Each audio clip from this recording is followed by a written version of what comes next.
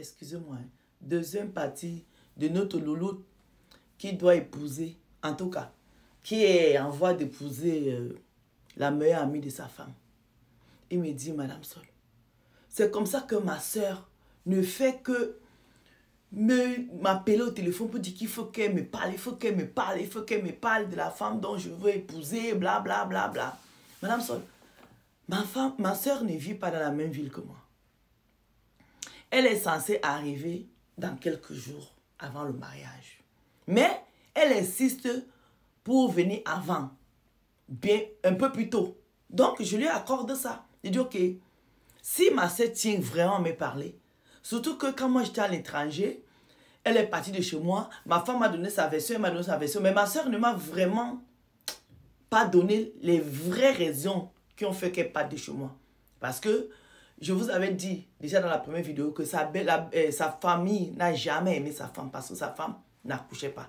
Donc ce qui fait que lui il a mis ça dans le lot que bon, c'est la belle famille, elle n'aime pas ma femme, blablabla. Bla, bla, bla. Il a laissé passer. Surtout que sa femme lui avait fait la proposition que ta soeur est partie certes, mais j'ai ma meilleure amie qui peut venir vivre ici. Donc lui il n'a pas fait de ça une grosse affaire, un scandale, il a laissé passer parce que vous savez comment ça se passe entre les belles familles. Il y a des femmes qui ont la chance de tomber dans les belles familles qui sont vraiment comme... qui l'adoptent vraiment en tant que fille. Il y a aussi les belles familles qui sont genre chien et chat. C'est le genre là que tu es dans une belle famille. En fait, tu es la personne qu'on doit qu'il aime quoi. Vous voyez non. Donc du coup, sa soeur débarque. Quand sa soeur débarque, sa soeur ne descend pas chez lui. Sa soeur descend ailleurs, chez des cousins ou chez n'importe quoi. Bref, sa soeur, normalement, quand sa soeur venait en ville, elle descendait là. Donc, sa soeur n'est pas descendue là, sa soeur est descendue chez des cousins et cousines comme ça. Sa soeur arrive, sa soeur lui dit, grand frère, je suis là. Son grand frère lui dit, ok, je ne peux pas te voir ce soir parce que tu es arrivé tard. Je viens te voir demain. Madame Soeur, j'ai pris ma voiture. Je suis allé voir ma petite soeur. Je dis à ma petite soeur que, c'est quoi ce mystère que, depuis là, tu tournes autour du pot, tout ça. Qu'est-ce qui s'est vraiment passé alors? Pourquoi tu tiens à me voir avant le mariage d'une femme que tout le monde connaît? Vu qu'elle a presque grandi avec ma femme et moi, tout le monde, toutes les familles se connaissent en fait. C'est des amis presque d'enfance. Donc, qu'est-ce qui s'est passé? Aujourd'hui, vous m'avez ramené une femme que j'ai refusé d'épouser. Ma femme m'a proposé sa meilleure amie, que je connais très bien, puisque c'est une histoire de faire seulement les enfants. Donc, je ne comprends pas. Qu'est-ce qui s'est passé? C'est là où sa soeur lui dit, en fait, grand frère, quand tu m'avais proposé de venir vivre chez ta femme pendant le Covid, parce que tu n'étais pas là pour qu'elle ne reste pas seule. Moi, j'ai aucun problème avec ma belle-sœur. C'est vrai que toute la famille, depuis les années, on est derrière elle. En tout cas, depuis un certain moment, ils ont abandonné. Mais pendant au moins 7-9 ans, on était derrière elle, qu'elle n'accouche pas et tout ça. C'est vrai. Mais après, tu me connais. Moi, je suis moi la folle du coin.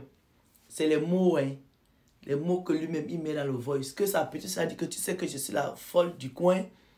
À un moment, moi, je m'ai laissé, c'est ma belle-sœur. Tu avais déjà fait ton choix. Et puis, c'est Dieu qui donne les enfants. Quand ils sont arrivés là-bas chez toi, ma belle-sœur et moi, ça s'est passé super bien. C'est une femme gentille, tu connais ta femme. Malgré tout, c'est une femme qui a bon cœur. C'est une femme qui aime les gens. Mais, sa copine que tu veux épouser là, c'est une femme que je connais aussi depuis des années. À un moment, j'avais fait un déplacement, je suis allé dans la ville où elle vit. Je lui ai dit, grande sœur, je suis dans ta ville, comme on nous a élevés, que quand tu arrives dans une ville où il y a l'ami de ton frère, l'ami de ceci, ou bien une tata, tu dis, ah tata, je suis à Paris, je voulais te dire que je suis à Paris. Je suis là pour 1 jour, pour 2 jours. Donc, cette meilleure amie-là dit à la petite soeur, à sa belle-sœur, si on va appeler ça comme ça, à la belle-sœur de sa copine, pour dire, ah viens, il faut que tu viennes chez moi, tout ça, tout ça, tout ça, tout ça. En ce moment-là, cette femme-là venait de perdre son mari. Donc, elle était en détresse, elle n'était pas bien. Donc, la fille arrive là-bas chez la tata. La tata lui dit, elle mange et tout, elle reçoit comme nous, on reçoit en Afrique et tout, elle fait à manger et tout, elle table les divers. Et la tata lui propose que, au lieu de rentrer comme il se fait tard, et je ne suis pas bien, est-ce que tu peux dormir ici, tu vas me tenir compagnie? La petite soeur, naïvement, pas naïvement, mais c'est comme ça en fait. Si j'arrive chez la meilleure amie de ma belle-sœur ou bien de mon frère, qui est endeuillée, elle me dit de dormir là naturellement, moi je vais dire oui, je vais dormir. Donc elle a dormi là, une nuit. Le lendemain, la femme lui dit, dors encore comme ça le soir, je vais prendre ma voiture, je vais faire le chemin avec toi. Ça veut dire que quitter d'une ville à une autre, je vais aller t'accompagner. La fille dit, ok, tata, j'ai compris. Elle a appelé maintenant où elle était là-bas pour dire que, ah, là, je suis ici. Mes soeurs, je vais rester chez la copine de ma belle-soeur encore parce que vous savez qu'elle vient de perdre son mari. Je passerai là-bas prendre mon sac parce qu'elle va faire le voyage avec moi, elle va me ramener en voiture. Donc c'est comme ça alors que la fille a dit que la deuxième nuit, quand elle reste là-bas, la veuve vient dans sa chambre la nuit. Elle dit qu'elle a peur dans sa chambre. Est-ce qu'elle peut dormir avec toi ici? La petite soeur lui dit oui, tata, tu peux dormir.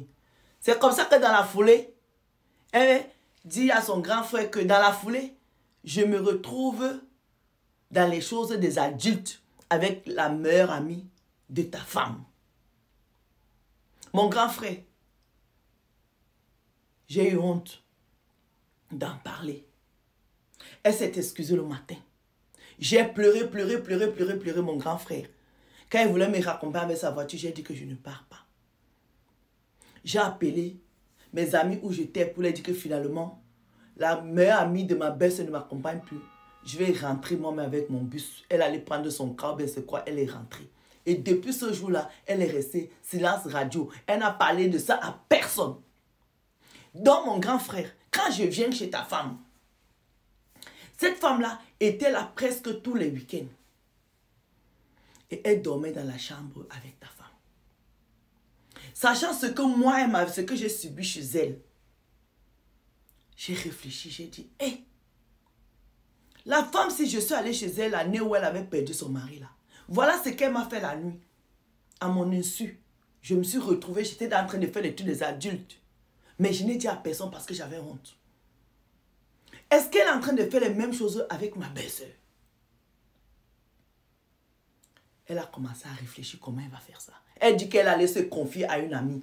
Elle a dit à sa copine que il y a quelques années, j'étais allée chez la meilleure amie de ma belle-sœur parce qu'elle avait perdu son mari comme ça. J'ai dormi une nuit, deuxième nuit, voilà ce qui s'est passé. Et chaque fois, chaque week-end, elle est fourrée ici chez mon frère. Elle dort dans la chambre avec ma belle-sœur. Ça m'inquiète. C'est sa copine qui lui dit alors que ce que tu vas faire, hein, fais tes enquêtes. Regarde bien. Elle dit qu'un jour, quand vous dormez dans vos maisons, tout le monde espionne tout le monde. Elle dit qu'elle avait pris le bic, le stylo. Elle a mis comme ça la porte. On n'a pas fermé la porte. Donc quand les dames sont allées dormir, elles ont cru que la porte avait claqué. La porte n'a pas claqué parce que la fille avait mis le stylo. Du coup, elle a vu sa belle-sœur avec sa meilleure amie en train de faire les adultes. Elle dit, Madame Sol, moi j'ai filmé. J'ai pris mon téléphone, j'ai filmé. Mais je n'avais rien dit. Les années sont passées, Madame Sol. Et je ne comprends pas pourquoi ma belle-sœur insiste que c'est la femme-là que mon frère doit épouser. Il fallait que je dise ça à mon frère avant que mon frère ne s'engage. C'est comme ça qu'elle a raconté tout à son frère. Elle a montré les vidéos à son frère. Et le monsieur me dit, Madame Sol, j'avais déjà tout organisé. J'avais déjà tout fait. Toutes les familles étaient là. Les gens sont venus de partout. Malgré cette révélation-là, j'ai épousé cette femme sans rien dire. Mais aujourd'hui, ça fait 2 ans qu'on est mariés. Cette femme-là m'a donné un fils. Mais il faut que j'en parle. Est-ce que je dois mettre mes 2 femmes, mes 2 épouses, au sol, faire une réunion? Ça. Et elle dit que je sais qu'on fait un ménage à 3, mais ce n'est pas seulement 3. Que mes 2 femmes sont ensemble et moi. Je ne sais pas si j'ai bien résumé, si quelqu'un a compris quelque chose ici. Il vous demande alors que, est-ce qu'il doit informer les 2 femmes là que lui il est au courant que les 2 aussi sont en couple? À vous les claviers, les histoires de famille. Je vous ai déjà dit que si on enlève les toitures sur les têtes, c'est moi la coiffure de la gloire. Bisous.